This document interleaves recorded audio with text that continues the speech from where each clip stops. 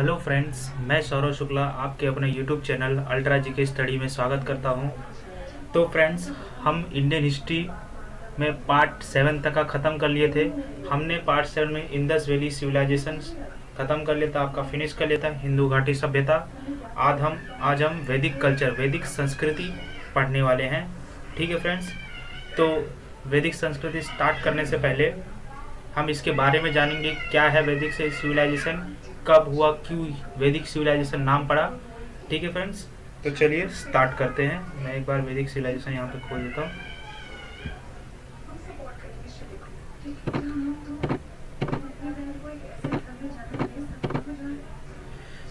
तो फ्रेंड्स, आपका वैदिक सिविलाइजेशन, आपका जो वैदिक सिविलाइजेशन है वो आपका पहले मैं लिखता था वैदिक कल्चर। वैदिक कल्चर, आपका जो वैदिक सभ्यता है वो कौन से टाइम पे आपका आया था, तो वो आया था 1500 BC, 1500 BC से लेके आपका 600 BC तक का आपका जो पीरियड है वो वैदिक कल्चर, वैदिक सिविलाइजेशन का पीरियड है। ठीक है फ्रेंड्स, अब इस सभ्यता का विकास इंडस और गंगा नदी के पास हुआ। ये जो सभ्यता है, आपका जो वैदिक सभ्यता है वो आपका किसके पास हुआ था, ये हिंदू नदी, जिसे हम Indus river and Ganga river के पास आपका इसका ये जो सभ्यता था वो इंडस और गंगा नदी के पास, गंगा रिवर के पास में इस सभ्यता का आपका जो विकास हुआ। ठीक है फ्रेंड्स, इसे वैदिक कल्चर क्यों कहते हैं, हम इसे वैदिक कल्चर, वैदिक सभ्यता क्यों कहते हैं फ्रेंड्स। हमको जो जानकारी है इसमें जो मिलती है, हमें जो जानकारी इसमें मिलती है वो किससे मिलती है, हमें वैदिक कल्चर की जानकारी मिलती है वो ये वेदों से मिलती है। हमारे जो वेद है, हमारे ऋग्वेद, यजुर्वेद, सामवेद, वे सभी से हमें वैदिक कल्चर की जानकारी मिलती है। ठीक है फ्रेंड्स, हमें वेदों से इसका इंफॉर्मेशन मिलता है। ठीक है फ्रेंड्स, हमें क्या मिलता है, वैदिक कल्चर का इंफॉर्मेशन हमें वेदों से मिलता है। तो इसलिए इस कल्चर को हम वैदिक सिविलाइजेशन ही कहते हैं, वैदिक सभ्यता भी कहते हैं।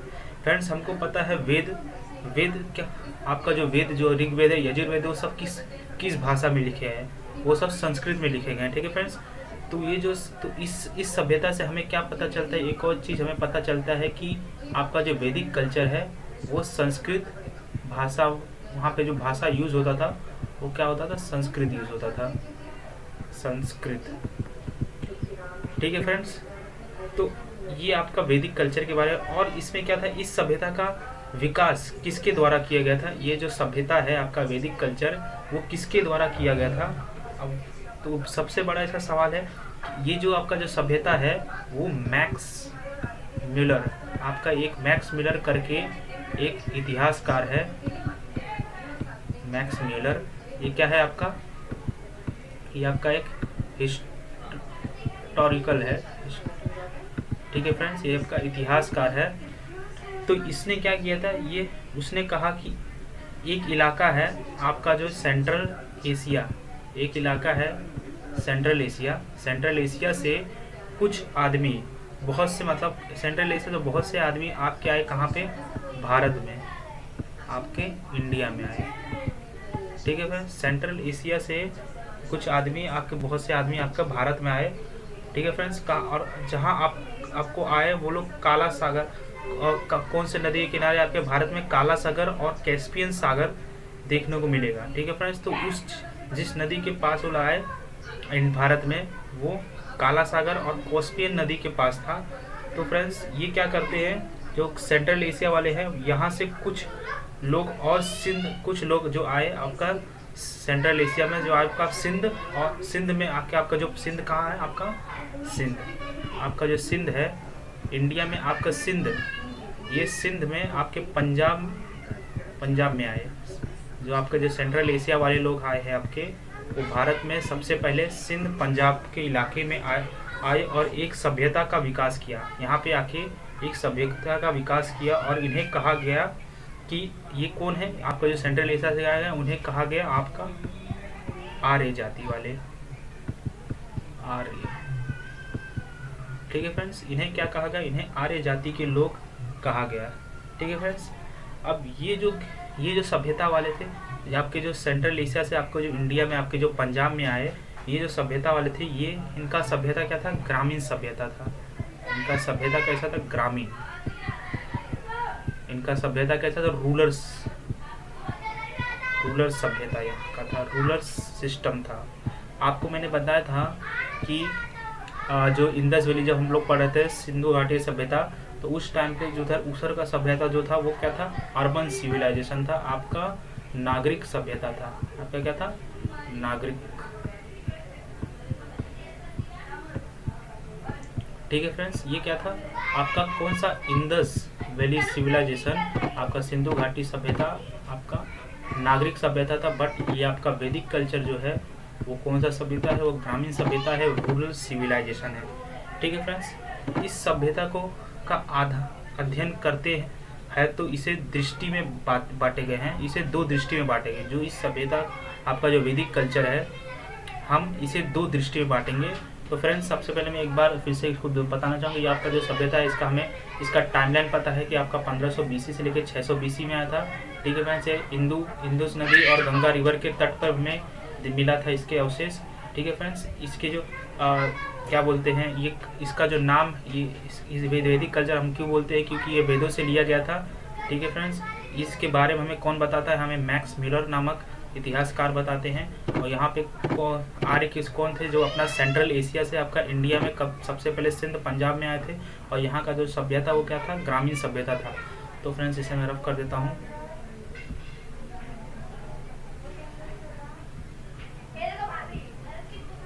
तो फ्रेंड्स, आपका वैदिक कल्चर आपका चैप्टर 3 आपका इंडस वैली सिविलाइजेशन था। तो फ्रेंड्स, ये आपका 2 पार्ट्स में बटा हुआ है। सबसे पहले आपका ऋग्वैदिक काल आता है। ठीक है फ्रेंड्स, आपका ऋग्वैदिक काल, और सेकंड आपका आता है उत्तर वैदिक काल। फ्रेंड्स, आपका जो ऋग्वैदिक काल है वो 1500 BC से लेकर 1000 BC तक का है, और जो दूसरा आपका उत्तर वैदिक काल, जिसे हम लेटर वैदिक पीरियड बोलते हैं, वो 1000 BC से लेकर 600 BC तक का है। ठीक है फ्रेंड्स, तो अब मैं कुछ इसके बारे में बताना चाहूँगा। जो आपका ऋग्वैदिक है, ऋग्वैदिक काल जो है, इस समय आर्यों का निवास स्थान जो था वो सिंधु नदी के पास था। इस समय जो आर्यों का निवास स्थान था, आर्यों का निवास स्थान वो कहाँ पे था, आपका सिंधु नदी के पास। सिंधु रिवर के पास इसका निवास स्थान था। कौन लोग, जब ऋग्वैदिक काल चल रहा था। और फ्रेंड्स, आपका जो उत्तर वैदिक काल के लोग थे, उनका जो निवास स्थान था, आर्यों का निवास स्थान, वो था गंगा नदी के पास। ठीक है फ्रेंड्स, सबसे पहले हम सबसे पहले इसमें वैदिक कल्चर में सबसे पहले हम ऋग्वैदिक काल के बारे में जानेंगे। ठीक है फ्रेंड्स, इसके आपके जैसे हमने जिस प्रकार हमने आपके इंडस वैली सिविलाइजेशन में उसके आपका जो इंडस वैली सिविलाइजेशन है, जिस प्रकार हमने इसके पॉलिटिकल सिस्टम के बारे में पढ़ा, हमने इसके सोशल के बारे में पढ़ा, हमने इसके कल्चर्स के बारे में पढ़ा, उसी प्रकार हम वैदिक कल्चर के बारे में भी जानेंगे। ठीक है फ्रेंड्स, तो मैं इसे एक बार रफ कर देता हूँ। तो फ्रेंड्स, ये देखिए आपका इंडस वैली सिविलाइजेशन, आपका वैदिक कल्चर, तो वैदिक कल्चर जो वैदिक संस्कृति है वो क्या है, आपका मैंने बताया, वो एक आर्य द्वारा विकसित ग्रामीण सभ्यता है। वो क्या है, एक रूरल सिविलाइजेशन है। ठीक है फ्रेंड्स, इधर का जो प्रधान निवास जो थे, आपका जो प्राइम रेसिडेंट है, वो सेंट्रल एशिया से आए थे। और ये किसने बताया था, आपका मैक्स मिलर ने बताया था। फ्रेंड्स, इसका जो first resident around Indus in Punjab and Afghanistan, सबसे पहले जो आपके आए थे सेंट्रल एशिया से, वो कहाँ पे आए थे, आपके पंजाब और अफगानिस्तान में सिंधु नदी के पास पहला निवास स्थान था इनका। और यहाँ का जो लैंग्वेज, यहाँ का जो भाषा था वो क्या था, संस्कृत था। ठीक है फ्रेंड्स, अब हम आगे बढ़ते हैं। तो फ्रेंड्स, हम सबसे पहले स्टार्ट क्या करेंगे, हम सबसे पहले ऋग्वैदिक स्टार्ट करेंगे, जो आपका 1500 BC से लेके 600 BC तक का था। फिर हम आगे जाके आपका लेटर वैदिक पीरियड, आपका उत्तर वैदिक काल स्टार्ट करेंगे। तो फ्रेंड, चलिए स्टार्ट करते हैं।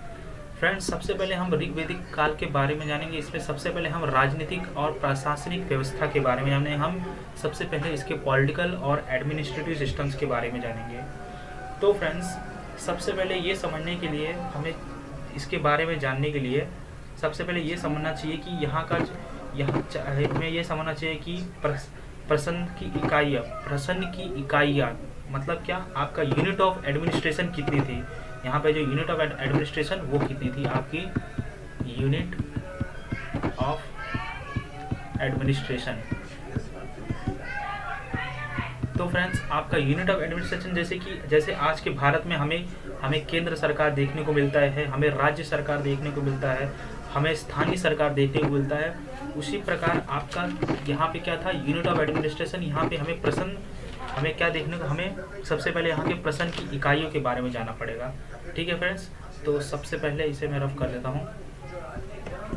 तो फ्रेंड्स सबसे पहले हम इसे प्रशासनिक इकाइयों के बारे में जानेंगे।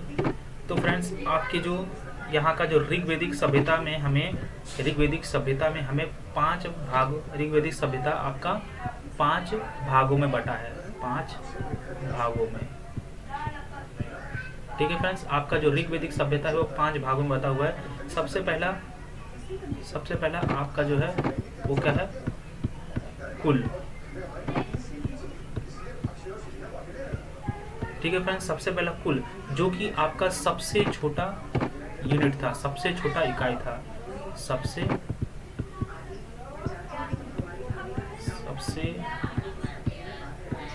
छोटा इकाई।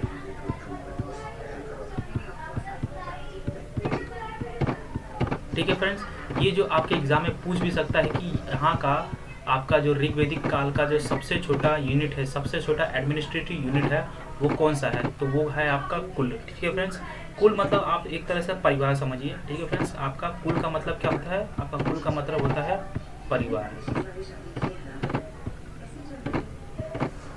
ठीक है फ्रेंड्स, परिवार। अब फ्रेंड्स दूसरा आपका सेकंड जो था वो था ग्राम। फ्रेंड्स बहुत सारे आपके जो परिवार, आप जब परिवार हो जाते हैं तो आपके परिवार मिलके क्या बनते हैं, आपके ग्राम बनते हैं। आपके परिवार मिलके क्या बनता है, आपका ग्राम बनता है। थर्ड आपका आता था फ्रेंड्स विस, क्या आता था, विस। आपके बहुत सारे ग्राम मिलके आपके विस बनते थे। ठीक है फ्रेंड्स, फोर्थ आपका आता था जन, बहुत सारे विस मिलके आपके जन बनते थे। और फिफ्थ आपका क्या आता था, फिफ्थ आपका आता था राष्ट्र। ठीक है फ्रेंड्स, तो ये आपके जो एडमिनिस्ट्रेटिव यूनिट है ये आपके कुल है, ग्राम है, विस है, जन है और राष्ट्र। फ्रेंड्स आपके जो कुल की जो मुख्य आपके मुख्याधीश है, जिसे आप बोलोगे यहाँ का जो मुख्य कौन था, तो सब कुल का जो राजा हम बोलते थे उसे बोलते थे कुलपति। ठीक है फ्रेंड्स, उसी प्रकार आपका जो ग्राम का जो मुख्य था वो कौन था, ग्रामीण, उसे हम क्या बोलते थे, ग्रामीण।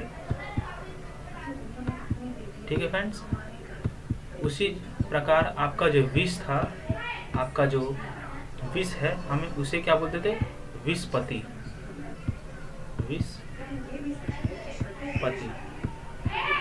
ठीक है फ्रेंड्स, फोर्थ आपका जो जन है, जन, उसको जो इसके जो आपके मुख्य न्यायाधीश थे उसे हम राजन बोलते थे, राजन।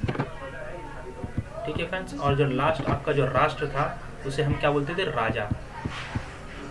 तो फ्रेंड्स आपको क्वेश्चन पूछ सकता है कि सबसे छोटा एडमिनिस्ट्रेटिव यूनिट, आपका सबसे छोटा प्रशासनिक इकाई कौन सा था, तो आपका क्या था, कुल था। और सबसे बड़ा आपका जो एडमिनिस्ट्रेटिव यूनिट था, आपका सबसे बड़ा प्रशासनिक इकाई कौन सा था, वो था आपका राष्ट्र, सबसे बड़ा। ठीक है फ्रेंड, ये है आपका सबसे बड़ा यूनिट। तो फ्रेंड्स हम इसे अब पीपीटी में देखेंगे, आपका क्या बोलना चाहता है इसमें एक बार आप कर देता हूँ।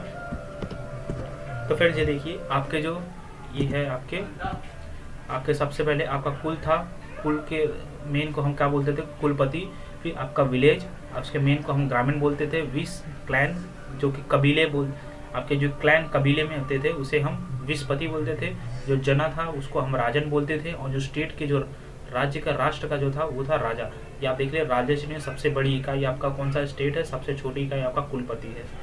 ठीक है फ्रेंड्स, अब आप समझिए, अगर एक राज्य इतने सारे आपके यूनिट्स को संभाल, आपका यूनिट्स इतना सारे यूनिट्स में बटा हुआ है, तो उसको चलाने के लिए कोई ना कोई तो अधिकारी होगा। ठीक है फ्रेंड्स, अब इतना सारे आपका यूनिट है, आपका स्टेट है, जन है, विस है, विलेज है, कुल है, तो उसको संभालने के लिए कोई ना कोई तो अधिकारी होगा। तो यहाँ पे हम बहुत सारे अधिकारी देखेंगे। सबसे पहले तो हमें यहाँ पे बहुत सारे अधिकारी देखने को मिलेंगे। ठीक है फ्रेंड्स, तो इसलिए हम सबसे पहले यहाँ के ऑफिसर्स के बारे में जानेंगे। ऋग्वेद में कौन कौन से ऑफिसर्स को किस नाम से हम बोलते थे। तो फ्रेंड्स, आपके जो ऋग्वेदिक के ऑफिसर्स है, आपका जो ऋग्वेदिक के ऑफिसर, रिलीजियस ऑफिसर, सबसे पहले यहाँ के जो धार्मिक अधिकारी थे उन्हें हम पृष्ठ बोलते थे, तो पुजारी बोलते थे। अभी भी हमारे इधर पुजारी पाए जाते हैं। तो फ्रेंड्स, आपका जो यहाँ का जो ऋग्वेदिक के जो पुजारी थे वो 2 भाग में बटे हुए थे। तो ये आपके जो सबसे पहले आपका था वशिष्ठ, जिसे हम रूढ़िवादी या फिर कंजर्वेटिव बोलते हैं। ठीक है फ्रेंड्स, और सेकंड आपका था विश्वामित्र, जिसे हम मॉडरेट या फिर उदारवादी बोलते थे। ठीक है फ्रेंड्स, ऐसा माना जाता था जो वशिष्ठ थे आपके जो वशिष्ठ थे, उन्होंने ही आपके ये क्या नाम है आपका वशिष्ठ मुनि, ये जो है उन्होंने ही आपका ये ऋग्वेदिक काल के बारे में स्पष्ट रूप से जानकारी आपके वशिष्ठ मुनि ने ही बताया था, ऐसा माना जाता था। ठीक है फ्रेंड्स, आपके जो विश्वामित्र थे यही है जिसने ऋग्वेद के, ये आपका जो विश्वामित्र है आपके जो विश्वामित्र है, इन्होंने ऋग्वेद के 3रे मंडल में ही गायत्री मंत्र के बारे में आपके बताया। आपके 3rd मंडल, ऋग्वेद के 3rd मंडल में आपके गायत्री मंत्र के बारे में कौन बताए हैं आपके ये वेरी इंपॉर्टेंट है फ्रेंड्स। आपके जो ऋग्वेद का आपका गायत्री मंत्र जो है आपके ऋग्वेद के 3rd मंडल में पाया जाता है। ठीक है फ्रेंड्स, और इसमें बताया गया कि ये किसका 3rd गायत्री जो ये है गायत्री मंत्र, ये सावित्री देवता सूर्य के लिए समर्पित है। और जो आर्य नहीं है, जिन्हें हम आर्य नहीं बोलते हैं, उन्हें आर्य बनाने के लिए भी आपका गायत्री मंत्र किया जाता था। ठीक है फ्रेंड्स, तो इसे मैं एक बार ऑफ कर देता हूँ। तो फ्रेंड्स, आपके जो इधर के यहाँ पे हमें बहुत सारे गुप्तचर भी देखने को मिले थे, हमें स्पॉटर देखने को मिले थे, हमें दुर्गापति देखने को मिले थे। फ्रेंड्स, यहाँ पे दुर्गापति को हम गुप्तचर को हम स्पष्ट बोलते थे और दुर्गापति को हम क्या बोलते थे, पर्व बोलते थे। फ्रेंड्स, दुर्गापति का आपका जो मतलब है, दुर्गापति का मतलब जो पहरेदारी करते थे, जो किले की आपकी रक्षा करते थे, जिसे हम एक तरह से सिक्योरिटी बोल सकते थे, तो वो कौन थे आपके, उसे हम दुर्गापति मतलब या फिर हम पर्व बोलते थे। ठीक है फ्रेंड्स, 4th आपका जो है वो है पैस्चर ऑफ ट्रांजिशन गोचर भूमि के चारगा, जिसे हम वजपति बोलते थे। फ्रेंड्स, ये आपका जो सबसे इम्पोर्टेंट अधिकारी था वो कौन था, वजपति। अब मैं बताना चाहता हूँ ये इम्पोर्टेंट, आप पूछे ये इम्पोर्टेंट क्यों है। तो फ्रेंड्स, आपका जो ऋग्वेदिक पीरियड है, आपका जो ऋग्वेदिक पीरियड है, लिख देता हूँ मैं। ठीक है फ्रेंड्स, आपका जो ऋग्वेदिक पीरियड है, ये यहाँ का जो मुख्य व्यवसाय था, यहाँ का आपका मेजर ऑक्यूपेशन जो था, आपका जो मुख्य व्यवसाय था वो क्या था आपका फ्रेंड्स, पशुपालन। आपका एनिमल हस्बेंड्री था, आपका पशुपालन था। ठीक है फ्रेंड्स, तो और इसका सीधा संबंध आपका किससे होता था, इसका जो पशुपालन का सीधा संबंध आपका होता था वजपति से। ठीक है फ्रेंड्स, वजपति कौन थे, जो आपके एनिमल्स के आपको जो एनिमल्स का जो देख रेख करते थे वो सभी आपका कौन करता था, वजपति था। और यहाँ का आपका जो मुख्य व्यवसाय था वो कौन सा था, आपका एनिमल हस्बेंड्री था, पशुपालन था। इसलिए आपके जो पैस्चर है, आपके जो ये वजपति है, वो आपके मेजर आपके इम्पोर्टेंट यहाँ का क्या बोलते थे, अधिकारी थे। ठीक है फ्रेंड्स, यहाँ पे हमें 5th हमें पुलिस, अपराधी पकड़ने वाले लोगों को, हमें जो पुलिस थे उसे हम उग्र या फिर फैरी नाम दिए। ठीक है फ्रेंड्स, यहाँ पे जो सूट कैरेक्टर ऑफ कमाड़ी, सूत, सारथी और कमाड़ी, वो उसे हम रत्नी, जिसे हम 12 संख्या में बांटे। फ्रेंड्स, अब मैं रत्नी वर्ड का मतलब बताना चाहता हूँ। रत्नी वर्ड का मतलब क्या होता है, रत्नी वर्ड का मतलब 12 ऑक्यूपेशन, आपका 12 व्यवसाय में बांटा हुआ, आपका 12 ऑक्यूपेशन के लिए ये ऑक्यूपेशन आपका जो है लिया गया है। आपका 12 ऑक्यूपेशन 12 व्यवसाय से लिया गया है। और अलग इसे क्या बोलते हैं, एक तरह से आप समझिए कि अलग अलग ऑक्यूपेशन कर रहे हैं कोई, जैसे कि आपका 12 लोग हैं, आपके 12 लोग हैं, 12 लोग आपका अलग अलग व्यवसाय, आपका अलग अलग ऑक्यूपेशन कर रहे हैं। जैसे कि आपका कोई एक कुम्हार है, कोई आपका लोहार है, कोई सोनार है, तो इन 12 लोगों को ही हम क्या बोलते थे, रत्नी बोलते थे। ठीक है फ्रेंड्स। और एक क्वेश्चन आपका पूछा जाएगा, आपका सबसे इम्पोर्टेंट ऑफिसर कौन था, तो वो आपका जो था वो पुरोहित, आपका जो पृष्ठ आप कह सकते हैं, और सैनिक थे। आपके जो ऋग्वेदिक पीरियड के टाइम पे जो सबसे इम्पोर्टेंट ऑफिसर है वो आपके कौन से पुरोहित थे, और एक सेकंड था आपका सैनिक। और इससे इस पूरे लिस्ट में हमें न्यायक, हमें अधिकारी नहीं दिखे है। ठीक है फ्रेंड्स, हमें कोई भी अधिकारी, हमें यहाँ पे न्यायक नहीं दिखा गया। तो यहाँ पे हमें मोस्ट इम्पॉर्टेंट पृष्ठ जो फ्रेंड्स था वो पंडित और सोल्जर, सबसे महत्वपूर्ण पुजारी आपके पंडित और सैनिक थे। और यहाँ पे हमें न्यायिक अधिकारी का उल्लेख नहीं मिला। ठीक है फ्रेंड्स, तो ये हमारे वैदिक काल के प्रमुख अधिकारी के बारे में था। ठीक है फ्रेंड्स, अब हम आगे बढ़ते हैं। तो फ्रेंड्स ये देखिए, अब सेकंड में आपको बताना चाहूँगा आपका जो 7 पॉइंट है, यहाँ पे हमें सभा और समिति। फ्रेंड्स, सभा और समिति के जो थे, आपका जो ये जो क्या बोलते हैं संस्था था, यहाँ पे ऋग्वेदिक काल की जो संस्था थी वो आपकी 2 पार्ट्स में बांटी गई थी, एक सभा में बांटी गई थी और एक समिति।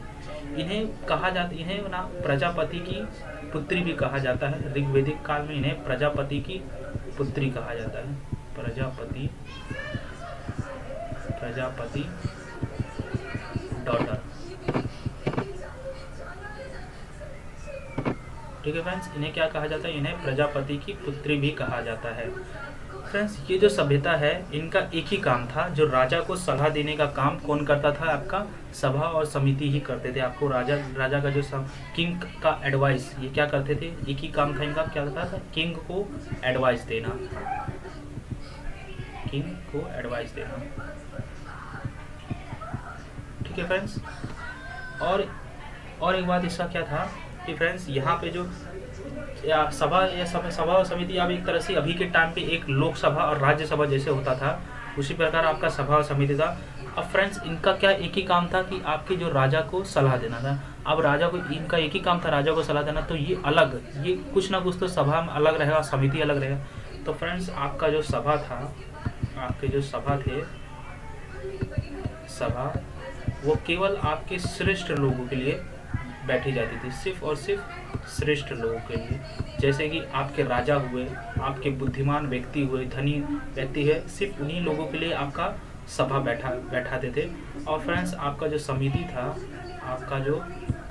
था वो आपके लोकल पीपल्स के लिए, आपके जनरल पीपल के लिए, जनरल सामान्य आदमी के लिए ये आपका क्या बैठा करता था, आपका समिति बैठता था।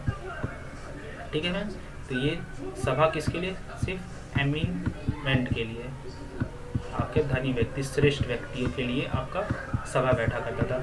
फ्रेंड्स, सभा एक प्रकार का, ये जो आपका सभा है वो एक प्रकार से राज्यसभा की तरह है, क्योंकि ये सिर्फ बड़े लोग और बुद्धिमान लोगों के लिए भी सिर्फ रहता था।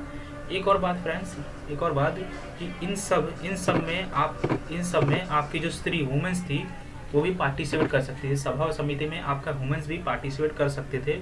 इसलिए इससे हमें ये पता चलता है कि फ्रेंड्स, आपकी जो यहाँ पे वैदिक कल्चर में जो वुमेन्स की जो कंडीशन थी वो बेहतर थी। ठीक है फ्रेंड्स, वो बहुत ही अच्छी थी। ठीक है फ्रेंड्स, तो और फ्रेंड्स, आपका जो समिति का जो अध्यक्ष था, उसे हम ईशान बोलते थे। क्या बोलते थे फ्रेंड्स, ईशान।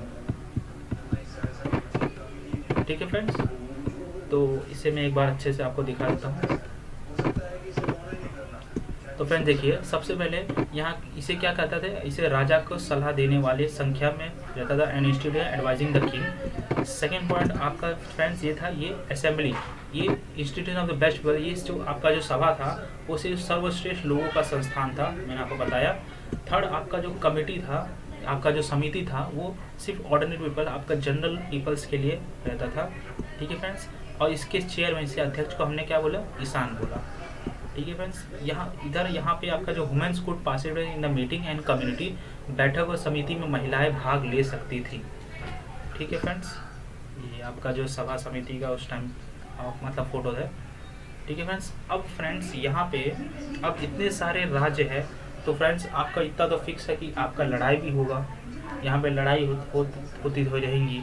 तो फ्रेंड्स हम एक बार इसके जो वॉर है, यहाँ के जो लड़ाइयाँ हैं, युद्ध है, वो हम एक बार डिस्कस करते हैं। तो friends, use of the word गर्विष्ठी फॉर द वॉर, युद्ध के लिए गर्विष्ठ शब्द का प्रयोग किया गया। अब फ्रेंड्स गर्विष्ठ का मतलब क्या होता है? गर्विष्ठ का मतलब आपका होता था फ्रेंड्स सर्च ऑफ काउस, आपके गायों को ढूंढना, सर्च ऑफ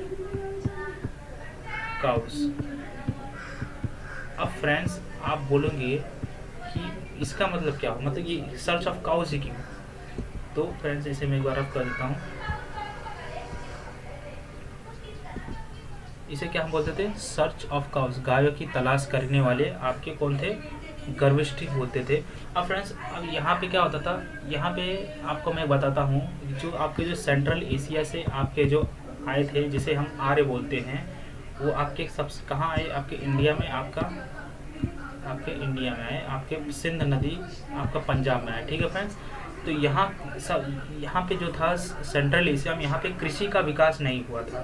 जो सेंट्रल एशिया में जो आ रहे थे, मतलब यहाँ पे कृषि का विकास नहीं हुआ था, लेकिन यहाँ बड़ी मात्रा में आपके घास, जिसे हम चारा कहते हैं, वो पाई जाती थी। क्या पाई जाती थी? यहाँ पे कृषि का विकास नहीं था, यहाँ पे कृषि का विकास आपका नहीं था, बट यहाँ पे आपका बहुत सारे घास पाए जाते थे।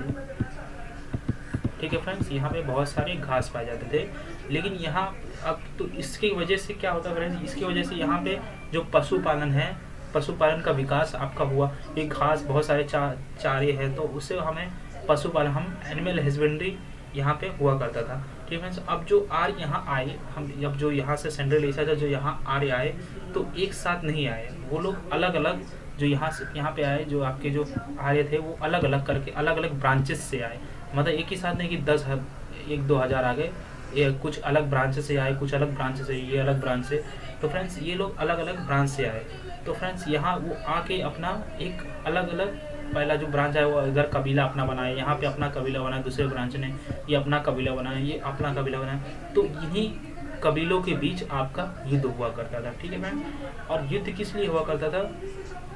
पहले तो सबसे पहले इसमें फ्रेंड्स आपका क्या होता था कि यहाँ पे आपके यहाँ से हमने क्या चालू किया? आपका पशुपालन तो यहाँ पे हुआ था, यहाँ से हमने कृषि भी चालू हुआ। ठीक है फ्रेंड्स, अब जो आपका ऋग्वेदिक सभ्यता है, यहाँ का जो सबसे पवित्र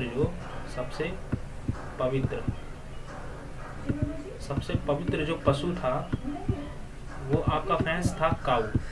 आपका कौन था? गाय था। ठीक है फ्रेंड्स, आपका जो इस वजह से भी आपका जो यहाँ था, इसलिए आपके जो गर्विष्ठी थे वो कौन से थे? Search for cows. यहाँ पे काऊ जो गायों का बहुत ज़्यादा अहमियत है, इसे हम मार नहीं सकते थे, इसे मारने के बाद हमें मृत्युदंड भी दिया जाता था। ठीक है फ्रेंड्स, तो ये आपके इसके बारे में था कि आपके जो किस वजह से आपके यहाँ पे गायों के लिए युद्ध हुआ करता था। अब फ्रेंड्स यहाँ पे हमें 10 राज्यों की लड़ाई भी देखने को मिली। फ्रेंड्स हमें एक आप याद रखिए कि ऋग्वेद के 7th मंडल में, आपके 7th मंडल में, ऋग्वेद के 7th मंडल में हमें एक युद्ध का वर्णन किया गया, हमें एक युद्ध के बारे में बताया गया है। और वो जो युद्ध है, ये किसका वर्णन किया गया है? हमें युद्ध का वर्णन किया है। और जो वो युद्ध हुआ है वो आपका एक नदी थी वहाँ हुआ, और उस नदी का नाम था रावी नदी, जिसे हम ऋग्वेदिक काल में परुपनी कहते थे। क्या कहते थे फ्रेंड्स? परुपनी। ठीक है फ्रेंड्स, तो उस टाइम पे आपका जो ऋग्वेद के 7th मंडल में एक युद्ध हुआ, जो कि रावी नदी के पास हुआ। तो रावी नदी के तट पर 10 राज्यों के बीच 10 राज्य बोले या फिर 10 कबीले बोलो, जो 10 कबीलों के बीच आपका जो हुआ लड़ाई हुआ था। ठीक है फ्रेंड्स, तो वही आपका इधर बताया गया है कि यहाँ पे और किसके बीच में हुआ था? सुदास, विजय, आपका परुशनी रावी नदी के तट पर सुदास, विजय और 10 राज्यों के बीच में लड़ाई हुआ था।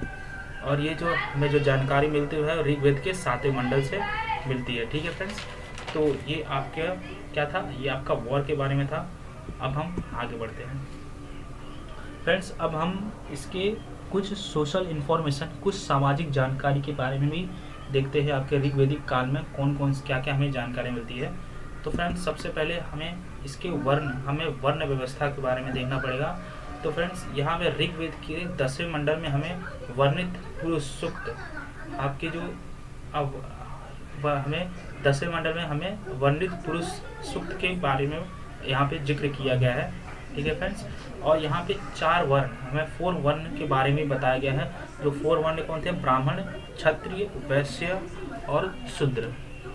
ठीक है फ्रेंड्स, तो फ्रेंड्स आपका जो ऋग्वेदिक काल में जो वर्ण व्यवस्था देखने को मिलती है उसके आधार जो उसका जो आधार है, हमें जो क्या बोलते हैं, आपका जो ऋग्वेदिक काल में हमें जो व्यवस्था देखने को मिलती है वो किस आधार पर था, वो आपके कर्म के आधार पर था, वो आपके कर्म के आधार पे था। ठीक है फ्रेंड्स, जबकि आपका जो ये आपका हम क्या पढ़ रहे हैं, हम ऋग्वेदिक पीरियड पढ़ रहे हैं। जबकि आपका जो लेटर ऋग्वेदिक पीरियड है, जिसे हम उत्तर वैदिक काल बोलते हैं, वो आपका किस में था, वो आपके जन्म के आधार पर था।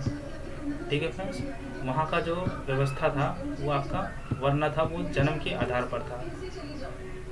ठीक है फ्रेंड्स, इसे मैं एक बार रब कर देता हूँ। अब देखिए ये क्या करते, यहाँ के जो विभाजन का आधार था वो कैसा था, कर्म, हमारे पेशे, हमारे कर्म और कार्य के ऊपर था। अब फ्रेंड्स इसकी जो सोसाइटी थी वो कैसी थी, पितृसत्मक समाज, पैट्रियार्कल सोसाइटी। तो फ्रेंड्स इसमें हमें ये देखने को मिलता है कि यहाँ की जो सोसाइटी थी वो पुरुषों, यहाँ पे किसका चलता था, आपका पुरुष का चलता था। बट इतना ऐसा भी नहीं था कि यहाँ पे वुमेन्स का आपका जो स्थिति था वो बहुत ही खराब था। यहाँ पे वुमेन्स की स्थिति बहुत ही, आपकी स्त्रियों की स्थिति बहुत अच्छी थी। आपका मैंने बताया था इन सिंधु घाटी सभ्यता में आपका क्या था, आपका आपकी महिलाओं का समाज आपका चलता था। ठीक है फ्रेंड्स, तो यहाँ पे क्या चलता था, आपका पितृसत्मक समाज चलता था। फ्रेंड्स यहाँ पे जो हमें जो देखने को मिलता है, हम देखते यहाँ पे जो, हालांकि महिलाओं की स्थिति यहाँ पे क्या थी, बेहतर थी। फ्रेंड्स महिलाओं की स्थिति क्यों बेहतर थी, क्योंकि यहाँ पे हमें महिलाओं को यहाँ हम अच्छे से पढ़ा लिखा सकते थे। सबसे पहले यहाँ पे हम महिलाओं को हम यहाँ इस समाज में हम महिलाओं को पढ़ने के लिए भी देते थे। ठीक है फ्रेंड्स, तो यहाँ पे आप देखिए कि महिलाओं को कौन कौन सी आपकी क्या क्या इधर व्यवस्था मिलती थी। सबसे पहले यहाँ पे एजुकेशन, जो आपकी जो शिक्षा थी वो यहाँ जो ये लड़कियाँ हैं देखिए, जैसे लोकमुद्रा, गोसा, आपला और विश्वास जैसी विदुषी देवियाँ, ये सभी आपके एजुकेशन यहाँ पे शिक्षा प्राप्त किए थे। ये सब लड़कियों के नाम हैं। फ्रेंड्स यहाँ पे बाल विवाह और पर्दा प्रथा नहीं थी। यहाँ पे चाइल्ड मैरिज, ये सबसे अच्छा बात है कि यहाँ पे चाइल्ड मैरिज और कार्टन प्रैक्टिस भी नहीं था, पर्दा प्रथा भी नहीं था। फ्रेंड्स यहाँ पे जो आपके जो पति के साथ यज्ञ में आप भागीदारी भी ले सकते थे, पार्टिसिपेट इन यज्ञ विद हस्बैंड। फ्रेंड्स यहाँ पे आप विधवा महिला भी अपने देवर से शादी कर सकती थी, window could Mary A women brother in law. और फ्रेंड्स जहाँ पे जो आप जीवन भर अविवाहित रहने वाली महिला भी थी, जिसे हम अमाजू कहते हैं। क्या कहते हैं, अमाजू।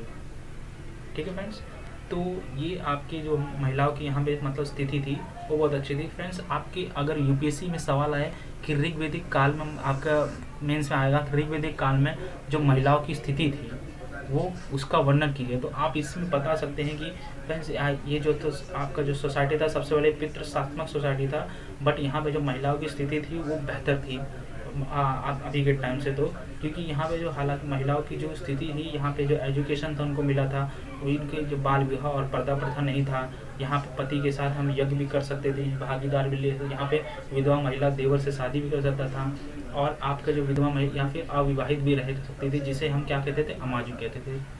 ठीक है फ्रेंड्स, तो ये आपका क्या था, आपका सामाजिक जानकारी था आपका ऋग्वेदिक काल में। अब हम इसके धर्म के बारे में, हम रिलीजन्स के बारे में जानेंगे। इसे मैं एक बार रफ कर देता हूँ। तो फ्रेंड्स आपका जो रिलीजन, आपका जो धर्म है, फ्रेंड्स इसमें हम क्या पढ़ रहे हैं, ऋग्वेदिक काल में हम वेदों के बारे में जान रहे हैं। तो वेदों का जो सेंट्रल यूनिट है वो क्या है, आपका धर्म ही है। ठीक है फ्रेंड्स, जो सेंट्रल यूनिट है आपका वो क्या है, धर्म। तो फ्रेंड्स हमें इसमें क्या, जो आपके सबसे पहले हम देखेंगे जो आपके जो सबसे पहले प्रिय देवता थे वो कौन थे, आपके इंद्र देवता थे। ठीक है फ्रेंड्स, सबसे प्रिय देवता आपके कौन से थे, इंद्र देवता। यहाँ पे फ्रेंड्स हम अग्नि जो है आपके अग्नि देवता, जिसे हम मनुष्य और भगवान का मत से हम meditator of man and God बोलते हैं। ठीक है फ्रेंड्स, यहाँ पे जो सबसे पवित्र पशु ये आपके अग्नि देवता, ये यहाँ पे जो सबसे पवित्र जानवर कौन सा था आपका फ्रेंड्स, काऊ, आपका गाय था। ठीक है फ्रेंड्स, यहाँ पे जो ये जो अध्याय यहाँ पे हमें ना मारे जाने योग्य पशु, या हम मैंने बताया आपको कि यहाँ पे गाय को हम नहीं मार सकते थे। ठीक है फ्रेंड्स, अब यहाँ पे जो सबसे पवित्र नदी थी वो कौन सी थी फ्रेंड्स, सरस्वती नदी थी। ठीक है फ्रेंड्स, और यहाँ पे हमें गायत्री मंत्र के बारे में, हमें गायत्री मंत्र सावित्री नामक देवता को संबोधित है जो ऋग्वेद से संबंधित है। विश्वामित्र ने लोगों को आर्य बनाने के लिए गायत्री मंत्र की रचना की है। अब फ्रेंड्स अब मैं बताना चाहता हूँ कि ये आपकी जो कैसे आपकी आर्य को हम आर्य लोगों के लिए बनाए जाने के लिए आपका गायत्री मंत्र यूज हुआ है। तो फ्रेंड्स जो आर्य थे, जो मतलब जैसे कि आपका जो सबसे पहले ये लोग कहाँ से आते हैं, सेंट्रल एशिया से आएंगे। अब जो इंडिया में जो रहते हैं, आपका ऐसा तो नहीं है कि जो सेंट्रल एशिया से आए, सेंट्रल एशिया से आपके कहाँ आए, इंडिया में। ठीक है मैम, तो ऐसा तो नहीं है कि आपके जो इंडिया सेंट्रल एशिया से इंडिया में है तो इंडिया में कोई था ही नहीं, इंडिया में भी थे, बट जो आपके सेंट्रल एशिया से जो आए तो वो तो आर्य ही थे। ठीक है फ्रेंड्स, तो यहाँ पे आए, जब यहाँ पे आपके इंडिया में आए तो जिसे आपको आर्य, जिसे आप इंडिया में सब आर्य नहीं थे। ठीक है फ्रेंड्स, आपके सेंट्रल एशिया वाले लोग को हम क्या बोलते हैं, आर्य बोलते हैं। तो जो सेंट्रल एशिया से जो लोग आए वो लोग ने बोला कि जिसे आप क्या बोलते हैं, कन्वर्ट करना चाहते हैं, आर्य में बनना चाहते हैं, उसे हम गायत्री मंत्र के द्वारा हम आर्य में कन्वर्ट कर सकते हैं। ठीक है फ्रेंड्स, तो ये आपका गायत्री मंत्र के बारे में था। ठीक है फ्रेंड्स, अब हम ये आपका रिलीजन हमने धर्म में भी देख लिया, अब हम कुछ आपके ऋग्वेदिक देवताओं के बारे में जानेंगे। तो फ्रेंड्स ये देखिए, आपके जो ऋग्वेदिक देवता है, जो आपके इंद्र देवता है, इसे हम युद्ध के नेता और बारिश के देवता भी कहते थे। आपके जो अग्नि है हम उसे भगवान और मनुष्य के बीच मत्स्य बोलते थे। वरुण आपके पृथ्वी और सूर्य के निर्माता, समुद्र के देवता, दुनिया के नियामक और शासक, सत्य के प्रति आपके जो वरुण थे। घौ जो थे उसे हम आकाश के देवता, सबसे प्राचीन देवता आपको कौन है, घौ है। फ्रेंड्स आपका जो सोम है, सोम देवता, उसे हम पौधे का देवता जो बोलते थे। उषा जो था उसे हम प्रगति और विकास के देवता। आसीन जो था उसे हम विपत्तियों के देवता। कुषाण जो था हम उसे जानवरों को देवता। और विष्णु जो थे हम उन्हें दुनिया के गुरु और अनुयायी बोलते थे। और जो मारुत थे हम उसे तूफान का देवता बोलते थे। ठीक है फ्रेंड्स, इसमें आपको फ्रेंड्स सभी आपको सब रटने की जरूरत नहीं है। आपके जो सबसे इम्पोर्टेंट है आपके इंद्र, अग्नि और वरुण, तो इन्हीं के बारे में आप देख लीजिएगा। ठीक है फ्रेंड्स, अब हम आगे बढ़ते हैं। आपका ऋग्वेदिक गॉड्स को भी देख लिए, अब हम आगे बढ़ते हैं यहाँ के जीवन शैली, हम यहाँ के लाइफ स्टाइल के बारे में जानेंगे। तो फ्रेंड्स आपके जो लाइफ स्टाइल के बारे में, सबसे पहले यहाँ का जो लाइफ स्टाइल था, यहाँ पे जो एंटरटेनमेंट, यहाँ पे जो मनोरंजन होता था, आपका जो एंटरटेनमेंट होता था वो यहाँ पे हम कैसे मनोरंजन करते थे। तो सबसे पहले आप बहुत सारे आप मूवी में देखेंगे, सबसे पहले आप जो मनोरंजन के टाइम टीवी तो होता नहीं था, तो यहाँ पे आपका संगीत सुन के, रथ दौड़ आपका जो होता था, आपके रथ के ऊपर बैठ के या फिर घुड़सवारी, वो सब आपका जो था यहाँ का मनोरंजन था। यहाँ में फ्रेंड्स आपके कुछ फेमस एनिमल्स आपके जो थे, फेमस एनिमल आपके जो प्रिय पशु थे, क्या बोलते थे, प्रिय पशु आपके कौन से थे, आपके हॉर्स था। कौन सा था फ्रेंड्स, आपके घोड़े थे, आपके प्रिय पशु। ठीक है फ्रेंड्स, यहाँ का जो मुख्य आपका जो मेन ड्रिंक आप पीते थे उसे हम क्या बोलते थे, सोमरस बोलते थे, सोमरस। ठीक है फ्रेंड्स, तो ये आपके लाइफस्टाइल के बारे में था। एक बार मैं इसे अच्छे से लिखा देता हूँ, इसे रफ करके। तो फ्रेंड्स यहाँ का जो एंटरटेनमेंट मनोरंजन था वह कौन सा था, संगीत का था, रथ दौड़ और घुड़ दौड़ के। ठीक है फ्रेंड्स, ये और जहाँ के जो फेमस एनिमल, जो आपका प्रसिद्ध जानवर था आपका घोड़ा था, ये आपका जो प्रसिद्ध जानवर। यहाँ का जो मेन ड्रिंक, मुख्य पेय कौन सा था, आपका सोमरस था, जो वनस्पति से बनता था। आपका वनस्पति से क्या बनता था, आपका सोमरस बनता था। और जो आपका जो फ्रेंड्स था वो सोमरस हाँ क्यों पीते थे सब, क्योंकि जो युद्ध में आपको इससे एक तरह से सोमरस को एनर्जी ड्रिंक, आपका अल्कोहल नहीं होता था, एक एनर्जी ड्रिंक की तरह इसे हम बोलते थे, क्या होता था, एक एनर्जी ड्रिंक होता था, एनर्जी ड्रिंक। ठीक है फ्रेंड्स, इसे हम क्या बोलते थे, एक एनर्जी ड्रिंक। फ्रेंड्स आपका जो यहाँ पे जो वस्त्र यूज हुआ करते थे, आप जो पहनते थे क्लोथ आपके जो, देखिए सबसे इसे मैं एक बार कर देता हूँ। यहाँ पे फ्रेंड्स 3 टाइप्स के आपके वस्त्र थे। आप बास, आदिवास और उसनिस, ये आपके 3 प्रकार के। और जो आप अंदर के कपड़े हैं उसे हम नीवी कहते थे। आपके 3 टाइप्स के वस्त्र कौन से थे, बास, आदिवास और उसनिस। और जो अंदर आप कपड़े पहनते थे उसे हम नीवी बोलते थे। तो फ्रेंड्स ये आपकी जीवन शैली या लाइफ स्टाइल ऑफ ऋग्वेदिक के बारे में हम देखिए। अब हम आगे बढ़ते हैं, कुछ अन्य जानकारी इसके बारे में जानते हैं, कुछ अदर इन्फॉर्मेशन वैदिक पीरियड के बारे में जानेंगे। तो फ्रेंड्स आपकी जो वैदिक पीरियड है, ठीक है फ्रेंड्स, ये आपको मैंने बताया 2 पार्ट्स में डिवाइड हुआ है। एक हुआ है ऋग वैदिक पीरियड और एक हुआ है लेटर वैदिक पीरियड। ठीक है फ्रेंड्स, ये मैंने आपको बताया था। तो फ्रेंड्स यहाँ पे जो ऋग्वेदिक पीरियड है, आपका जो ऋग्वेदिक पीरियड है, यहाँ पे सिर्फ आपका क्या था, यहाँ पे आपका पशुपालन था। सिर्फ यहाँ पे ऋग्वेदिक के टाइम पे हम पशुपालन करते थे, आपका एनिमल हस्बेंड्री था। बट आपका जो लेटर वैदिक पीरियड है, यहाँ पे हमने कृषि करना स्टार्ट कर दिया, कृषि। ठीक है फ्रेंड्स, तो ये आपको मैं एक बार इसे अच्छे से दिखा देता हूँ अदर इन्फॉर्मेशन में। तो फ्रेंड्स यहाँ पे जो मुख्य पेशा कौन सा था, मुख्य ऑक्यूपेशन आपका एनिमल हस्बेंड्री, और फिर उसके बाद कृषि आप कम बहुत करते थे। मेटल यहाँ पे जो धातु हमें देखने को मिले वो हमें आयरन, हमें लोहे, इसे मैं हटा देता, ये रॉन्ग है आपका। ठीक है फ्रेंड्स, हमें लोहे देखने को मिले और ये आर्यों ने खोजा था। ठीक है फ्रेंड्स, सेकेंड हमें इसे तांबा देखने को मिला, हमें यहाँ पे लोहे के और आयरन और देखने को मिले। ठीक है फ्रेंड्स, तो ये आपके क्या है, आपके मेटल्स, आपके धातु है।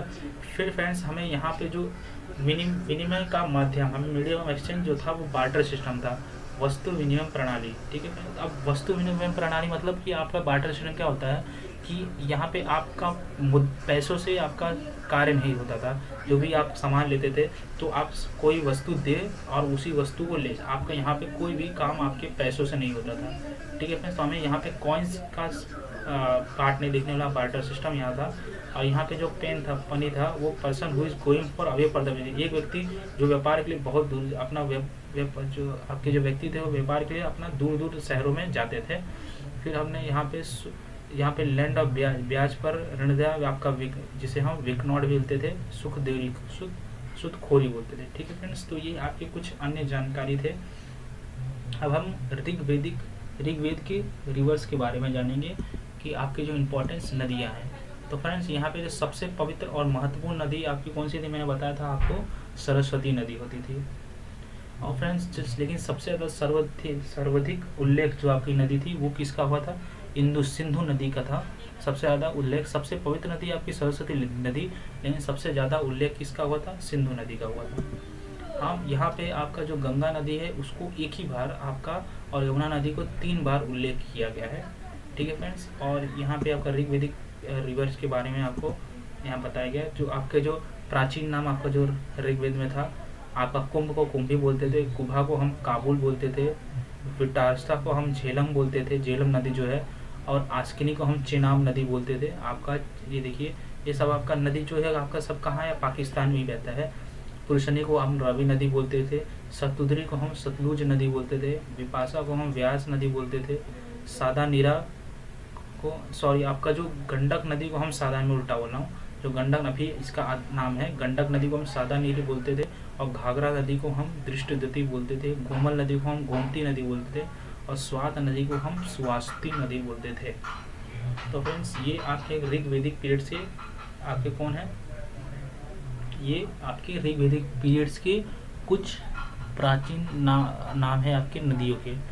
तो फ्रेंड्स हमारा यहाँ पर ऋग्वेद जो था आपका जो 1500 BC से लेके आपका 600 BC तक का, वो सॉरी आपका 1500 BC से लेके 1000 BC तक का आपका जो ऋग्वेदिक फर्स्ट पार्ट आपका ऋग्वेदिक पीरियड से यहाँ पे खत्म होता है।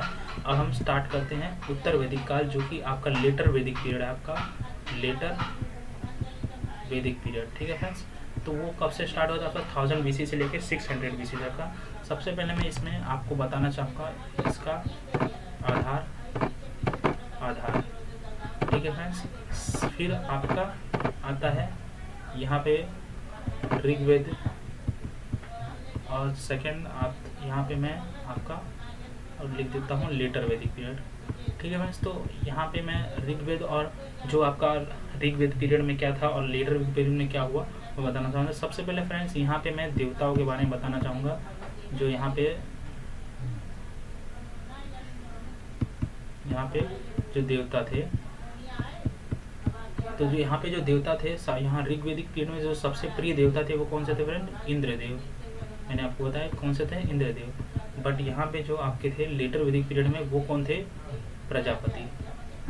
सबसे प्रिय देवता जो लेटर वैदिक पीरियड के थे वो कौन थे? प्रजापति।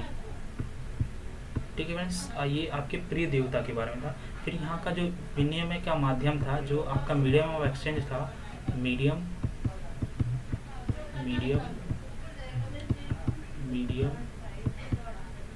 Of exchange. तो फ्रेंड्स यहाँ पे जो विनिमय का माध्यम था वो क्या था? यहाँ पे आपका बार्टर सिस्टम चलता था। यहाँ पे क्या चलता आपका? Barter system. आपका जो वस्तु आपके बदल के ले सकते थे, बट यहाँ पे क्या होता था? यहाँ पे मुद्रा का प्रयोग किया जाता। आपका जो कॉइन्स है उसका प्रयोग आपका लेटर वैदिक पीरियड में यूज हुआ। फ्रेंड्स यहाँ का जो मुख्य व्यापार आपका मेजर ऑक्यूपेशन जो था, मेजर मुख्य व्यवसाय, मेजर ऑक्यूपेशन। तो फ्रेंड्स आपका ऋग्वेदिक पीरियड में मैंने आपको बताया यहाँ पे कौन सा था? एनिमल हस्बेंड्री था। एनिमल हस्बेंड्री, पशुपालन जिसे हम बोलते हैं। और यहाँ पे क्या था फ्रेंड्स? आपका एग्रीकल्चर था। लेटर वैदिक पीरियड में आपका जो मुख्य व्यवसाय था वो कौन सा था? आपका एग्रीकल्चर था। आपका क्या था? कृषि था। फोर्थ हम फ्रेंड्स देखते हैं यहाँ पे। फोर्थ आपका स्त्रियों की स्थिति। यहाँ पे जो स्त्रियों की स्थिति थी, फ्रेंड्स यहाँ पे जो स्त्रियों की स्थिति यहाँ पे बेटर कंडीशन में थी। आपकी मतलब सीधा अच्छा था, यहाँ पे बेटर कंडीशन में था। और यहाँ पे जो था आपका दयनीय था। ठीक है, तो यहाँ पे जो स्थिति थी आपकी स्त्रियों की वो कैसी थी? दयनीय स्थिति थी। यहाँ पे आपका बेटर कंडीशन में था स्त्रियों की स्थिति। फिर आपका फ्रेंड हम वर्ण व्यवस्था के बारे में जानेंगे। वर्ण व्यवस्था। तो फ्रेंड्स यहाँ पे जो वर्ण व्यवस्था था वो कैसा था? Based on occupation. हम कर्म के आधार पर, अपना किसका था? ऑक्यूपेशन। आपका जो कर्म के आधार पर होता था, कर्म के आधार पर। और यहाँ पे जो था वो जन्म के आधार पर। तो फ्रेंड्स यहाँ पे जो वर्ण का व्यवसाय था वो ऋग्वेद में कर्म के आधार पर, यहाँ पे जन्म के आधार पर। कुछ अन्य जानकारी के बारे में हम देखेंगे, कुछ अदर इन्फॉर्मेशन के बारे में अगर हम देखें ऋग्वेद और लेटर वैदिक में, तो यहाँ पे आपकी जो यहाँ पे गोत्र व्यवस्था थी। यहाँ पे गोत्र व्यवस्था कहाँ पे थी? आपका लेटर वैदिक पीरियड में आपका गोत्र व्यवस्था थी, और यहाँ पे गोत्र व्यवस्था नहीं थी। तो फ्रेंड्स ये आपके क्या है? उत्तर वैदिक काल के कुछ जानकारी में आपको बताया। अब हम स्टार्ट करते हैं लेटर वैदिक पीरियड, उत्तर वैदिक काल। तो फ्रेंड्स ये जो है देखिए, उत्तर वैदिक काल में इंद्र के स्थान पर प्रजापति सबसे प्रिय देवता बन गए। ठीक है फ्रेंड्स, आपके जो उत्तर वैदिक काल में राजा के राज्याभिषेक के समय राजसूय यज्ञ किया जाता था। आपका जो राजा हुए करते थे उनको राजा बनाने के लिए, मतलब जो आपके जो राजा के जो बेटे संभालिए हो, तो उनको राजा बनाने के लिए उनका राज्याभिषेक सबसे पहले किया जाता था, उसके लिए और हम यज्ञ भी करते थे यहाँ पे। और यहाँ पे फ्रेंड्स उत्तर वैदिक काल में वर्णों का निर्धारण व्यवसाय के स्थान पर आपका क्या हो गया? जन्म हो गया। ठीक है फ्रेंड्स, यहाँ पे क्या हो गया? ऋग्वेदी में आपका क्या था? आपका क्या बोलते हैं? आपका व्यवसाय के ऊपर था, बट यहाँ पे आपका जन्म के ऊपर हो गया। फ्रेंड्स यहाँ पे हमें उत्तर वैदिक काल में पहली बार कौशाम्बी नगर में पक्की ईंटों का प्रयोग हुआ। ठीक है फ्रेंड्स, सबसे पहली बार हमें कौशाम्बी सिटी में हमें पक्की ईंटों का आपका यूज आपका देखने को मिला। ठीक है फ्रेंड्स, उत्तर वैदिक काल में हल को सिरा तथा हल की रेखा को सीता कहा जाता था। तो फ्रेंड्स यहाँ पे जो क्या बोलते हैं, आपके जो हल की जो रेखा है, आपका जो हल है, हल को हम सिरा कहते थे तथा हल की रेखा को हम क्या कहते थे? हम हल की रेखा को सीता कहते थे। फ्रेंड्स यहाँ पे जो उत्तर वैदिक काल में शुद्ध और ठंडी मुद्रा की इकाइयाँ थी, लेकिन इस काल में किसी विशेष वजन, आकार और मूल्यों के सिक्कों का कोई प्रमाण नहीं मिला। ठीक है फ्रेंड्स, तो ये आपके उत्तर वैदिक काल के बारे में था। और भी देखते हैं यहाँ पे गोत्र का जन्म उत्तर वैदिक काल में हुआ था। यहाँ पे मैंने बताया फ्रेंड्स, यहाँ पे गोत्र सिस्टम भी स्टार्ट हो गया था आपका उत्तर वैदिक काल में लेटर, जबकि आपका वैदिक पीरियड में आपका गोत्र सिस्टम नहीं था। ठीक है फ्रेंड्स, अब हम कुछ अदर, ये आपका क्या था, ये आपका उत्तर वैदिक काल का आपके बारे में था, उत्तर वैदिक काल, और हम कंपेयर किया किससे, आपका वैदिक काल से। अब हम देखेंगे कुछ अन्य ऐतिहासिक स्रोत हमें क्या क्या देखने को मिला। तो फ्रेंड्स देखिए, हमें यहाँ पे उपनिषद देखने को मिला है। आपके जो उपनिषद है उसकी जो संख्या है वो 108 है, 108 है उपनिषद की संख्या। तो उपनिषद में हमें क्या देखने को मिला फ्रेंड्स, सत्यमेव जयते को मुंडकोपनिषद से लिया गया है। हमें जो सत्यमेव जयते हैं वो किससे हमें लिया गया, उपनिषद के मुंडकोपनिषद से लिया गया है। इस उपनिषद में यज्ञ की तुलना टूटी हुई नाव से की गई है। ठीक है फ्रेंड्स, इस उपनिषद में आपकी जो यज्ञ की तुलना है किसी ब्रोकन बोर्ड से किया गया है। तो ये आपका उपनिषद में आपके कितने हैं, ये पूछ सकता है, आपको पूछा भी है बहुत बार कि एक आपकी कितनी संख्या है, तो 108 है। ठीक है फ्रेंड्स, अब आपके महाकाव्य, आपका जो एपिक्स है, तो फ्रेंड्स आपका जो महाभारत और रामायण है वो आपका नंबर 2, आपके जो है सबसे बड़े, अगर देखें लार्जेस्ट एपिक में, तो महाभारत और रामायण आपके आते हैं। तो old name of the Mahabharata, जो महाभारत का पुराना नाम था वो था जय संहिता, जिसे जो आपका लार्जेस्ट एपिक है। ठीक है फ्रेंड्स, सबसे बड़ा महाकाव्य कौन सा है, आपका महाभारत है। ठीक है फ्रेंड्स, तो ये आपका हुआ आपके इसके बारे में, किसके बारे में, आपके अन्य ऐतिहासिक स्रोत के बारे में। अब हम फ्रेंड्स पढ़ेंगे प्रोमिनेंट फिलोसॉफी। अब प्रोमिनेंट फिलोसॉफी में देखने से सबसे पहले जो फिलोसॉफी है उसे हम क्या बोलते हैं, देखिए दर्शन को ही हम क्या बोलते हैं, फिलोसॉफी। दर्शन को हम क्या बोलते हैं, फिलोसॉफी। ठीक है फ्रेंड्स, दर्शन को हम बोलते हैं फिलोसॉफी। अब फ्रेंड्स एक प्रकार फिलोसॉफी क्या होता है, फिलोसॉफी एक प्रकार की सोच होती है। तो जैसे कि हर व्यक्ति का अपना अलग अलग सोच होता है, जैसे कि हर व्यक्ति की आपकी जो दर्शन होते हैं वो हर व्यक्ति का अपना अलग अलग धर्म होता है। ठीक है फ्रेंड्स, अब दर्शन का मतलब क्या, जैसे हम दर्शन मतलब एक तरह से आप बोल सकते हैं way of life, way of life. ठीक है फ्रेंड्स, इसे हम एक प्रकार से आपको लाइफ जीने किस प्रकार से आप लाइफ जीना चाहिए, आपको ये बताते दर्शन आप में बताते एक तरह से ये बोलते हैं। तो फ्रेंड्स आपके जो भारत में 7 दर्शन की बात, आपके जो ऋग्वेदिक में है हमें 7 दर्शन के बारे में बताया गया है। तो फ्रेंड्स सब दर्शन को देखेंगे। तो प्रमुख दर्शन आपके जो थे, देखिए जैसे कि आपकी जो चावरक है उसके जो प्रवर्तक है आपके कौन से प्रोमोटर जो थे वो चावरक ही थे। योग के कौन थे, पतंजलि थे। सांख्या के कौन थे, कपिल थे। न्याय के गौतम थे आपके। और पूर्व मीमांस के कौन थे, जैमिनी थे। उत्तर मीमांस के कौन थे, बद्रयान थे। और वैशेषिक का कौन था, कांड या फिर उल्लूकी। ठीक है फ्रेंड्स, अब ये आपका नोट देखिए कि ब्रह्मसूत्र और वेदांत सूत्र जो थे, ब्रह्मसूत्र और वेदांत सूत्र, तो वेदांत दर्शन का मूल पाठ बद्रयान द्वारा रचित था। आपका जो वेदांत सूत्र है और ब्रह्म सूत्र है वो किसके द्वारा रचित है, आपके बद्रयान के द्वारा रचित है। तो फ्रेंड्स यहाँ पे हमारा जो है वैदिक पीरियड वो फिनिश होता है। ठीक है फ्रेंड्स, तो फ्रेंड्स अगर वीडियो अच्छा लगे तो इसे लाइक, शेयर और सब्सक्राइब कीजिए अल्ट्रा जीके स्टडी को। ठीक है फ्रेंड्स, और हमारा टेलीग्राम चैनल उसे भी ज्वाइन करें न्यू वीडियो के अपडेट के लिए। चलिए फ्रेंड्स मिलते हैं नेक्स्ट वीडियो में, तब तक के लिए bye, have a nice day.